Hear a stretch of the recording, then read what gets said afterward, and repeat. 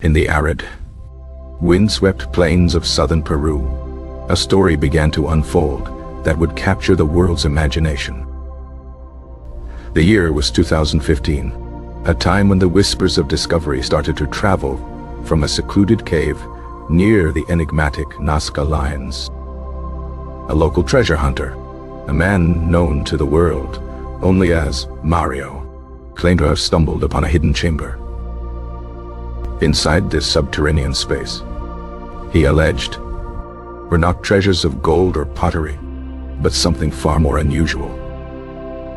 He described desiccated bodies, small and frail, with features that seemed to defy conventional biology. These figures possessed elongated skulls and, most strikingly, only 3 long fingers on each hand. The initial discovery remained shrouded in secrecy. A rumor passed between a small circle of individuals. Word eventually reached the world of ufology, a community primed for such extraordinary claims. In 2017, the story broke into the public consciousness with dramatic flair. Mexican journalist and prominent ufologist Jaime Maussan became the public face of the discovery. Partnered with the online streaming service Gaia, Inc., a platform known for content on yoga, spirituality, and fringe science. Through a series of videos, Maussan presented the so-called mummies to a global audience. The presentation was slick, professional, and filled with an air of profound revelation. One of the primary figures was a small, seated mummy, pale and white, which they named Maria. They claimed initial X-rays and CT scans showed a complete, unadulterated biological organism. The narrative proposed that these were not human remains, but evidence of an ancient, non-human species. Perhaps, they suggested, these beings had coexisted with ancient Peruvian cultures. The story was compelling, weaving together the mystery of the Nazca Lions with the ultimate question of extraterrestrial life. However, the scientific community in Peru and abroad remained deeply skeptical. The Peruvian Ministry of Culture was alerted to the findings, but initially dismissed them. Officials suspected a hoax, a common occurrence in a region known for the illegal trade of antiquities. The World Congress on Mummy Studies, meeting in Peru that year, denounced the claims unequivocally. They labeled it an irresponsible, organized campaign of misinformation. Despite the condemnation, Maussan's team pushed forward with their own investigation. They presented radiocarbon dating results that placed the bodies at around 1700 years old. This dating, they argued, proved the specimens were genuinely ancient. Later in the year, a significant blow came from Peru's own prosecutor's office. Forensic report concluded the bodies were recently manufactured dolls. The report stated they had been covered in a mixture of paper and synthetic glue to simulate skin. This official finding seemed to confirm the suspicions of the mainstream scientific community. Yet, the controversy was far from over. In 2018, proponents of the alien theory presented their findings to members of the Peruvian Congress. This move sought to legitimize their investigation and bypass the skeptical academic institutions. The Ministry of Culture attempted to seize the bodies for official examination, but was blocked by a legal challenge. Narrative of a cover-up began to form, suggesting powerful forces were trying to suppress the truth. The debate raged online, with believers and debunkers clashing in forums and on social media. A turning point seemed to arrive in 2019, when the bodies were handed over to a Peruvian university. The San Luis Gonzaga National University of EKA, UNICA, agreed to study the specimens. This lent a new air of academic legitimacy to the investigation, at least on the surface.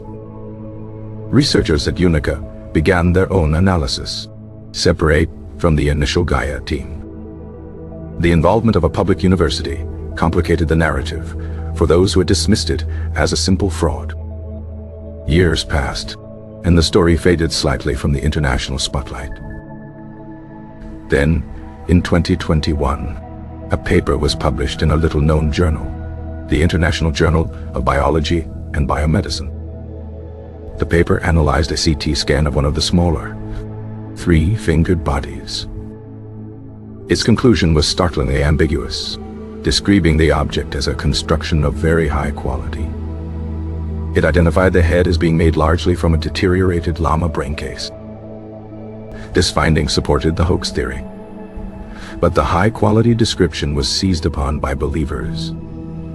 The enigma deepened, rather than being resolved. The most dramatic chapter was yet to come. On September 12, 2023, Jaime Maussan took his claims to an official government body. He appeared before the Mexican Congress for a public hearing on unidentified, anomalous phenomena. In two large wooden boxes, he presented what he claimed were two of the Nazca bodies. He testified under oath that these were non-human beings, not part of our terrestrial evolution. Maussan cited DNA analysis, claiming over 30% of the genetic material was of an unknown origin.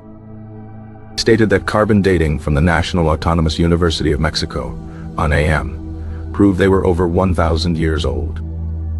The event became a global media sensation, with images of the small, desiccated figures flashing across screens worldwide. The scientific community responded swiftly and critically. UNAM clarified that its lab had only determined the age of a sample provided, but never examined the bodies themselves. They could not vouch for the origin of the sample they had tested.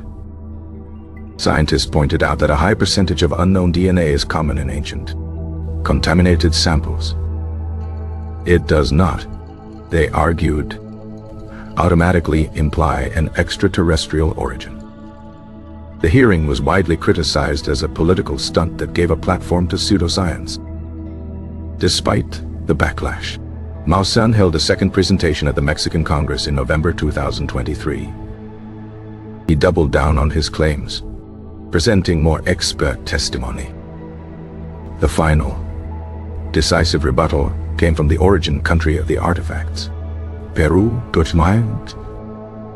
In January 2024, Peruvian officials held a press conference to deliver their definitive findings. Flavio Estrada, an archaeologist with Peru's Institute for Legal Medicine and Forensic Sciences, led the presentation. His team had thoroughly analyzed the figures, which they identified as the Maussan dolls. The conclusion was blunt and unequivocal. They were not extraterrestrials. Estrada explained that the dolls were crafted from human and animal bones. The bones, he showed, were clearly from different species, crudely joined together. The three-fingered hands were shown to be constructed from human hand and foot bones. Skin was confirmed to be a mixture of glue, paper, and other modern materials. The narrative of alien beings was, according to the official Peruvian investigation, a complete fabrication. The story was not one of first contact, but of grave robbing and elaborate fraud. The bones used were likely looted from ancient pre-Columbian cemeteries. This desecration of heritage was, for the Peruvian officials, the real crime and the real tragedy. The enigma of the Nazca Mummies, it seems, has been solved. It stands as a powerful case study in the power of belief. It highlights the tension between extraordinary claims and the rigors of scientific evidence. The desire to believe in something beyond our world is a powerful human trait. This desire can create compelling narratives that are resistant to facts. The Nazca hoax took advantage of this deep-seated human longing. It used the genuine mystery of the Nazca region as a backdrop for deception. The case also raised questions about the role of media and government in validating fringe claims. For the believers, the official explanation is unlikely to be the final word. The narrative of a cover-up will likely persist in some circles, But for the scientific community, the case is closed. The Nazca Mummies are not aliens. They are a sad monument to human creativity used for deception. They are a reminder of the importance of critical thinking. And they are a testament to the desecration of a nation's priceless heritage. The initial discovery was shrouded in the mystique of its location. The figures were small, some only 60 centimeters tall. Their skin had a strange, uniform, chalky white appearance. This coating was later identified as a key element of the hoax. The elongated skulls were compared to those found in Paracas, another Peruvian region. However, the construction of the Nazca heads was proven to be artificial. The lack of a navel was pointed to as evidence of non-mammalian birth. Forensic analysis showed this was simply because it was a constructed doll. The Gaia series featured dramatic music and shadowy cinematography. It built a narrative of a small team of heroes fighting a vast conspiracy. Skeptics pointed to the financial incentive behind the pay-to-view series. The controversy highlighted the divide between amateur and institutional science. Hoax's history of promoting other debunked claims was often cited. One previous claim involved the Metapec creature, also later proven to be a hoax. This pattern of behavior damaged his credibility in the eyes of scientists. The Unica University's involvement was a complex chapter. Some academics there seemed to support the authenticity claims, creating internal division. This internal conflict was used by proponents as proof of a legitimate scientific debate. The Mexican congressional hearing was a moment of peak absurdity for many observers. Politicians listened with solemn faces to claims of thousand-year-old aliens. The event was seen as a low point for both science and governance in Mexico. The analysis by Flavio Estrada's team was methodical and conclusive. They used electron microscopes to analyze the surface coatings. They identified the bones with DNA testing, confirming their terrestrial origin. The skull of one large doll used parts of a llama's face. The deception was clever, but not clever enough to withstand rigorous scientific scrutiny. The story serves as a modern fable about truth in the digital age. Information and misinformation can now spread across the globe in an instant. The allure of a simple, fantastic story can easily overpower complex, mundane truth. The bones of ancient Peruvians were disrespected in this process. Their final resting places were disturbed for the creation of a counterfeit mystery. Legacy of the Nazca Mummies is not one of alien contact.